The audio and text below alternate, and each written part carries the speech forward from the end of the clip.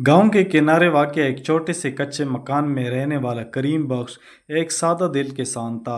सुबह सूरज निकलने से पहले बेदार होकर खेतों का रुख किया करता था और शाम को थका हारा वापस आता था। उसकी ज़िंदगी का कुल असासा 5 एकड़ ज़मीन थी जो उसे विरासत में मिली थी। ज़मीन बंजर नहीं थी मगर मेहनत मांगती थी। करीम बख्श के साथ उसका बेटा अल्ताफ़ भी काम किया करता था, मगर वो नई नस्ल का नुमाइंदा था जिसे मोबाइल फ़ोन, फेसबुक और शहरों की चमक दमक बहुत लभाती थी। वो अक्सर अपने वालिद से कहता, अब्बा ये खेती बाड़ी का ज़माना नहीं है, गांव में रह कर क्या करेंगे, चलो शहर चलते हैं, कोई नौकरी करते हैं। करीम बख्श मुस्कुरा कर कहता, बेटा मट्टी से मोहब्बत करना सीखो और जो मट्टी हमें पालती है उसे छोड़ देना नाशुक्री है। एक साल शदीद कहत पड़ा, बारिश नहीं हुई और नहरी पानी सूख गए, फसलें जल गई। गांव के अक्सर लोग शहर की तरफ रवाना हो गए। अल्ताफ भी जिद करने लगा कि अब तो हमें शहर जाना ही बेहतर है, मगर करीम बख्श ने हार नहीं मानी। उसने कहा, नहीं बेटा, हम भूखे रह लेंगे लेकिन ज़मीन नहीं छोड़ेंगे। उसने एक नया अज़म बांध लिया और पुराने तरीक़ों को छोड़कर जदीद ज़राअत के असूल सीखने शुरू किए।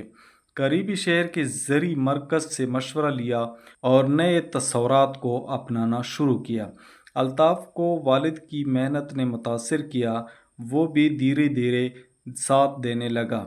अब दोनों बाप बेटा सुबह सूरज के साथ उठते और दिन भर खेत में नए तजर्बात करते।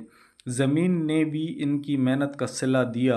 अगले सीज़न में उन्होंने नमियाती सब्जियों की फसल उगाई जो शहर के लोगों में बहुत मकबूल हुई। शहर के एक बड़े होटल के मालिक ने उनकी सब्जियां खरीदने में दिलचस्पी जाहिर की।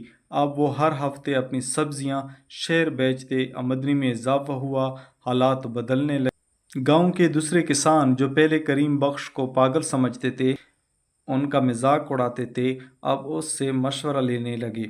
अल्ताफ़ जो कभी ज़मीन से बेजार था, अब खेती बाड़ी का आशिक बन चुका था। उसने ज़राअत में डिप्लोमा भी कर लिया और व्हाट्सएप ग्रुप बनाया जहां वो किसानों को नई मालूमात देता।